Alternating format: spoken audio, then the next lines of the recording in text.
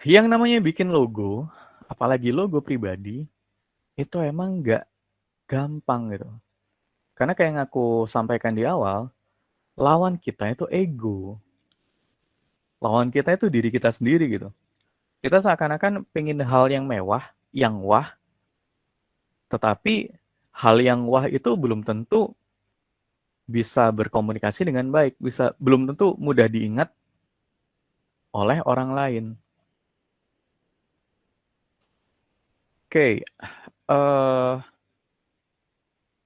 kalau kita lihat di sini, ini logo yang aku kembangin saat S2. Oh ya, kalau boleh sedikit cerita sih, dari SMP aku suka nyatu-nyatuin huruf eh, huruf namaku lah ya.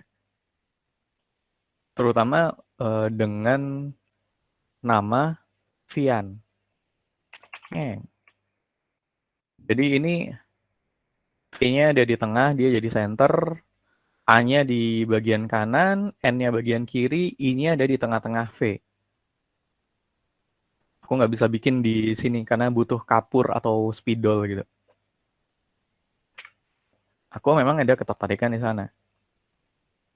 Aku sering bikin logo buat diriku sendiri, tapi tidak semuanya terdokumentasi. Ada di harddisk yang error juga ada gitu kan. Nah, yang kesimpan itu cuma ini. Ini aku kembangin saat aku S2. Badannya berasal dari badannya logonya Hufflepuff. Kalau kalian nonton Harry Potter atau baca Harry Potter, kepalanya aja aku ganti. Nah, cuma yang tidak terkomunikasikan dengan baik itu adalah, ini ngapain sih bikin icon kayak gini? Orang juga nggak paham ini serigala atau ini adalah fox. Apakah rubah gitu? Kemudian value apa yang mau disampaikan? Oh, aku mau bilang bahwa aku adalah orang yang berapi-api, karena itu tubuhnya juga nggak sekedar kayak bulu-bulu, tapi juga kayak api. Tapi ternyata orang lain nggak nangkep. Jadi meskipun logo ini bagus, menurutku pribadi, tapi value-nya nggak nyampe. Tidak berhasil logo ini. Kemudian saat masuk di UMM 2018 apa ya? Aku ngembangin logo yang ini, Brainiac ini. Ide dasarnya adalah aku pengen ngambil identitas kreatif dan pemikir at the same time.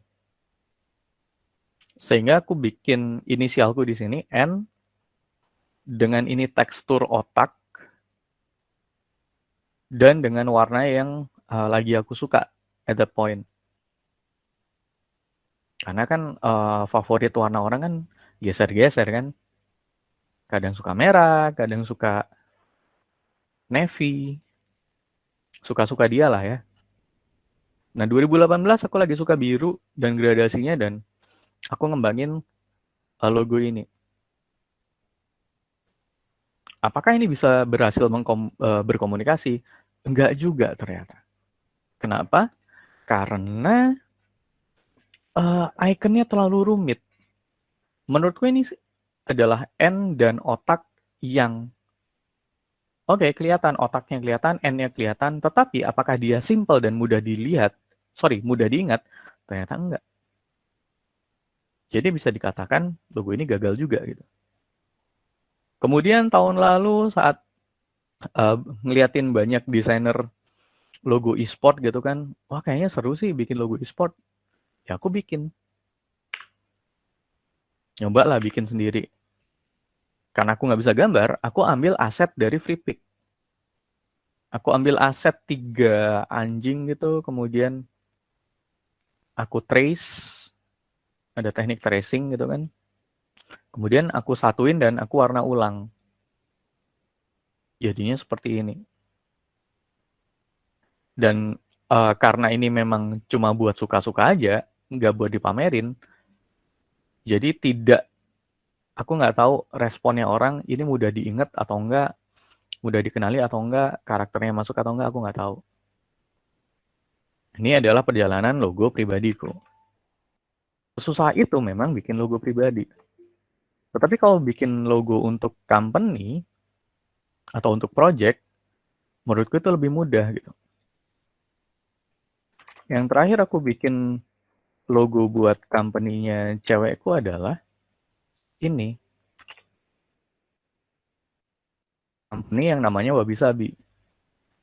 Iya, kalau nama lengkapnya sih nggak keren ya. CV Wabi Sabi gitu. Kayaknya nggak keren banget. Tetapi aku merasa aku berhasil berkomunikasi di sini dan mudah dikenali juga. Dia bisa dilihat sebagai awan, dia bisa dilihat sebagai 5 buah bubble chat. Gitu. Jadi basically ini adalah 5 buah bubble chat yang kalau disatuin dia jadi awan gitu. Jadi value-nya adalah kayak, oke, kalau banyak obrolan berguna ya kita bisa memberi manfaat ke lebih banyak orang gitu kan. Kalau secara literal di sini kan kalau ada 5 obrolan yang bermanfaat, kita bisa ngasih hujan nih ke masyarakat yang lebih luas, kita bisa memberi manfaat. Kayak gitu. Kalau secara nama, Wabi Sabi itu kan sebuah kesempurnaan yang berasal dari ketidaksempurnaan. Gitulah ya. Ini kalau lagi bikin logo buat klien, meskipun kliennya adalah cewekku sendiri. Egonya bisa lebih turun. Kita lebih tahu kebutuhan dia kayak gimana. Kebutuhan industrinya kayak gimana. Jadi emang tantangan buat bikin logo pribadi adalah gimana caranya kita mengalahkan diri kita sendiri. Oke. Apakah tidak ada logo yang lain? Ada. Kalau kalian jalan-jalan di Kota Malang, at least ada 2 restoran, satu di daerah Balai Kota Malang dan satu di daerah arah ke Kota Batu. Itu ada 2 restoran yang logonya aku bikin. Masih ada sampai sekarang restorannya. Apakah nama restoran itu nggak usah. Kalian juga nggak bakal dapat ini di sana, dapat diskonan di sana. Nah, lanjut. Kita baru masuk ke materi minggu ini. Gimana sih caranya buat dapetin keyword? Buat dapetin icon yang tepat gitu. Karena kalau kita buka internet gitu kan, icon itu banyak. Icon kayak gimana yang harus kita pakai? Nah, ini ada 3 cara simple yang bisa kalian gunakan. Yang pertama adalah kalian kan udah nulis story kalian kayak gimana tuh.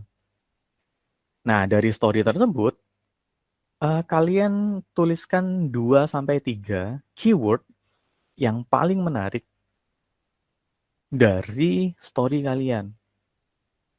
Kemudian tuliskan persepsi tiap keywordnya. Sinonimnya kayak gimana, icon yang mewakili bisa kayak gimana, warnanya kayak gimana, bentuknya itu harus menyudut atau melengkung, font yang sesuai kayak gimana. Kemudian cari dan temukan company dengan karakter yang mirip dengan story. Kalian masih bingung? Kita langsung masuk di contohnya. Oke, ini adalah studi kasus langsung dari yang kemarin hadir di lab. Jadi aku nanya sama dia, Mik, kira-kira dari satu paragrafmu itu keywordnya yang keluar apa nih? Dia bilang, ada tinker, unpredictable, sama intimate. Oke, kita bedah satu-satu nih. Kira-kira kalau tinker, itu ikonnya apa? Dia bilang, lampu. Oke, lampu. Lampu warnanya apa? Oh, kuning. Gitu kan. Kuning ke orange. Kemudian bisa apa lagi ikonnya? Oh, bisa otak. Oh, bisa ide gitu. Nah, menurut kalian untuk mewakili keyword tinker bisa muncul persepsi apa lagi ya? Ada yang mau ngasih saran? Apa nih yang mewakili dari keyword thinker yang ada di kepala kalian? Mungkin kayak puzzle, Pak. Soalnya kalau thinker itu kan lebih kompleks dia. Oke, puzzle bisa masuk di sini juga. Ada Buku. lagi? Buku. Ada lagi? Kacamata, Pak. Oke, kacamata. Kalau alat tulis masuk nggak, Pak? Kayak pensil gitu. Oke, pencil. Jadi langsung buku udah. Jadi kalau misalnya tadi kalian ada yang bingung, wah gimana ya kalau alat tulis? Nah, jangan ngambang, langsung sebutin alatnya. Gitu. Oke, pencil. Ada lagi? Rubik. Rubik. Ada lagi? Udah?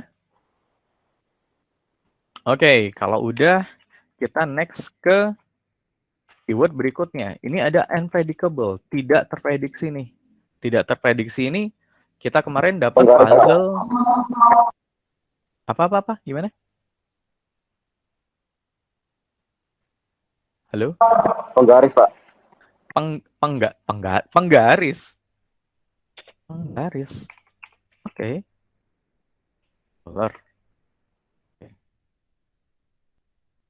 Oke, kemarin kita dapetin puzzle, dapetin catur, dan kuda catur gitu. Karena kan kalau dalam catur itu yang lain jalannya lurus-lurus aja, si kuda ini kan L, dan kadang kalau orang meleng itu nggak kelihatan, tahu-tahu dimakan sama kudanya gitu. Penggaris. Penggaris kalau buat unpredictable, enggak deh. Kan justru dari penggaris kita bisa measure. Kita bisa mengukur dengan jelas. Ada lagi yang mau nambahin? Garis putus-putus. Garis putus-putus. Garis putus. Oke, masukin aja dulu. Ada angka, lagi? Pak, bisa. Apa? Angka, matematika gitu. Angka berapa? Angka berapa kira-kira? Kalau harus angka yang muncul. Angka 8, Pak. Oke. Kenapa angka 8? Kalau itu mungkin ultimate gitu, Pak. Angka 8. Oke. Nah, sebenarnya kalau angka 8 itu lebih ke infinity gitu kan. Sebuah proses yang tidak berhenti kalau kita pakai angka 8. Dan predictable, bisa diprediksi karena kan jalurnya jelas tuh. 2 lingkaran yang bakal ketemu di situ-situ aja. Jadi ini bisa hapus. Nah gitu, cara kita dapetin icon yang tepat itu kayak gimana, itu prosesnya kayak gini. Dapetin keywordnya, kemudian kita breakdown, kira-kira yang relate sama kata kunci ini apa sih gitu. Kalau misalnya cuma dapat 2, dapat 3 ya nggak masalah gitu. Toh di Intimate juga kita cuma dapat 3 kemarin. Ada pink, ada heart, ada curve. Udah ini aja. Industri apa yang relate? Industri game dan movie. Kenapa game dan movie? Karena ini sesuai sama story dia. Story dia kayak gimana gitu. Nah, next step-nya adalah kita ngeliat logo-logo di industri tersebut. Ini adalah logo-logo di industri game. Dan ini adalah logo-logo di industri film nih. Oh, kayak gini. Oke, berarti kita nanti bikin logonya harus kayak gimana, kita udah punya gambaran gitu. Mau yang kesannya fun, atau yang kesannya lebih bebas. Karena memang studio film itu udah punya pakemnya masing-masing. Kayak misalnya Walt Disney, DreamWorks itu kan, mereka kan menjual mimpi. Entah mimpi kalian saat masih anak-anak, atau mimpi remaja untuk dapetin kisah cinta yang sempurna, kan kayak gitu. Itu dari Walt Disney dan DreamWorks. Studio yang lain juga pasti punya story yang berbeda. Kalian tinggal ngeliatin konsistensi konten mereka kayak gimana nih. Apakah lebih di horor, apakah lebih di konten-konten yang mengandung mitologi atau sejarah. Kan ada legendary something gitu kan. Kan konten-konten dia konsisten di sana. Gitu. Ini cara dapetin proses dapetin icon. Nah, kelas tadi siang ada yang nanya nih. Apakah dengan kita setelah mendapatkan sekian buah icon warna bentuk itu harus dipakai semua? Enggak juga. Kalian pilih aja yang bisa memudahkan kalian. Kadang kalau misalnya dari satu icon kita udah bisa dapat something yang kita inginkan, ya satu aja cukup. Atau kalau mau digabung-gabung maksimal 3. Lebih dari 3, kalian akan bingung. Kayak misalnya di sini nih, Paramount Pictures deh. Elemen dia tuh cuma gunung, gitu kan?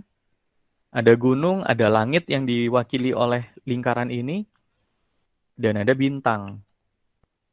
Bintang ini kalau dari sudut pandang perfilman kan ya artis yang luar biasa gitu kan. Bintang adalah artis di situ. Atau misalnya di sini nih, di Columbia nih. Di Columbia ini kan ada si Dewi ini, dia bisa mewakili artis, dia bisa mewakili ikon kebebasan US. Ada awan, gitu kan? Awan ini buat menggambarkan industri perfilman yang menyajikan imajinasi. Dan ada panggung nih, tempat si Dewinya ini lagi berdiri. Kenapa panggung? Ya karena film itu dipanggungkan, not the real world gitu kan. Cara kerjanya kayak gitu. Buat dapetin icon atau logo yang sesuai dengan karakteristik dan kebutuhan kalian. Bisa dipahami di sini? Aman? Atau ada yang mau ditanyain dulu? Oh, Pak, saya mau tanya. Gimana?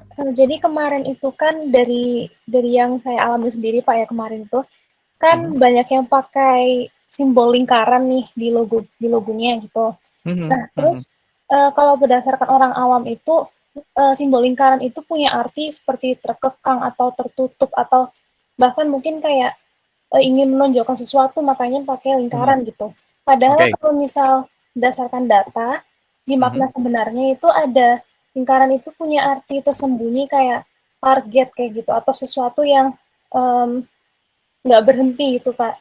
Nah, jadi kira-kira saya bingung harus ngikutin yang mana gitu Pak, kayak sesuai poinnya orang awam tahu atau sesuai data gitu. Terima kasih Pak. Thank you Safira. Yang mana yang kita pakai yang sesuai dengan kebutuhan.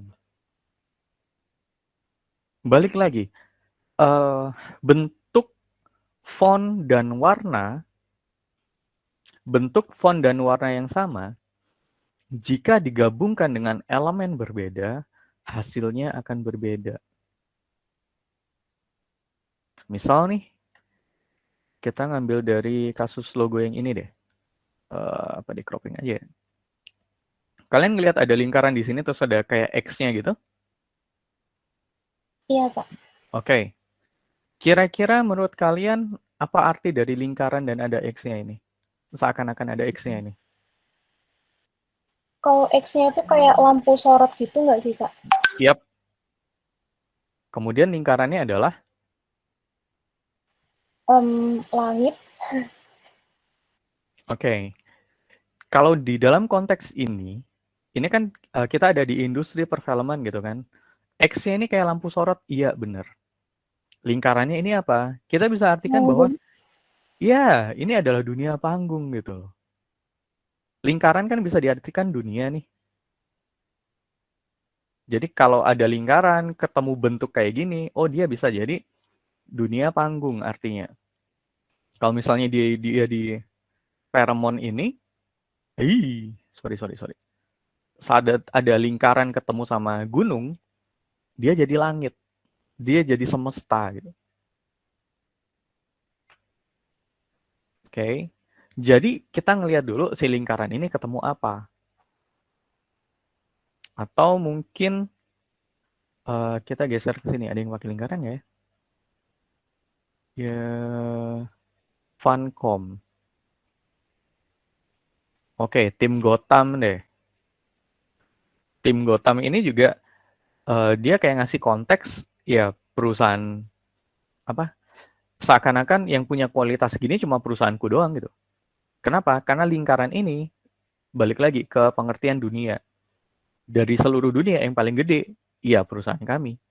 Seakan-akan kayak gitu bilangnya. Jadi yang sering kali terjadi di kreator logo pemula adalah saat kalian membaca arti warna, arti huruf, arti bentuk secara parsial,